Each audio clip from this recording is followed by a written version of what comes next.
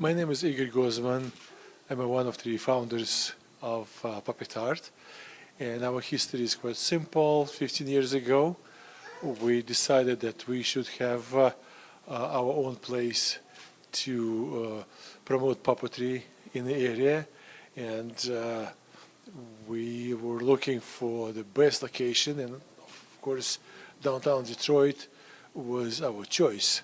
So that's how we came here, and then we found that it's nothing accidental. Detroit has a great history of puppetry, and what I call Detroit is a cradle of professional puppetry movement in the country.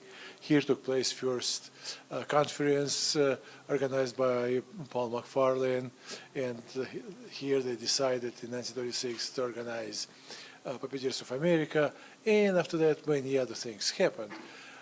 In 1998, we became next step in history of puppetry in Detroit. Now we have Puppet Art, and the Puppet Art is the place where we were still trying to intertwine activities in three venues. Of course, theater. We also have a little museum and a studio. And we do that because we believe that puppetry really most unique art form, the place where all arts come together. I often say, if you recall any puppet show, you would remember there was some kind of two-dimensional painting, which is two-dimensional art on the background, puppets, little sculptures, three-dimensional art, music, dance, singing.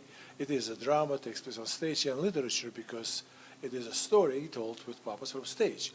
And also puppets very good in preservation of the history and tradition of the people, and puppets were used everywhere in the world, in different kinds of puppets, sizes, ways to control. That variety of puppets in our view reflects people's diversity and what would be most appropriate for Detroit, such a diverse place. So that's how museum became a very important part of our life. And of course studio, because, well, puppetry was used to teach youth from very beginning of the time. In all time it was used to teach the law of the land, rules of the tribes, and skills of the trade. And now all these 15 years from very beginning we work with educators and take puppetry right to the classroom. We're trying to provide teachers with puppetry as a tool to get children engaged in the learning process. We have our program called Journey with Puppets, supported by many patrons, from Quicken Loans to foundations, Community Foundation, Artrain Foundation, long list.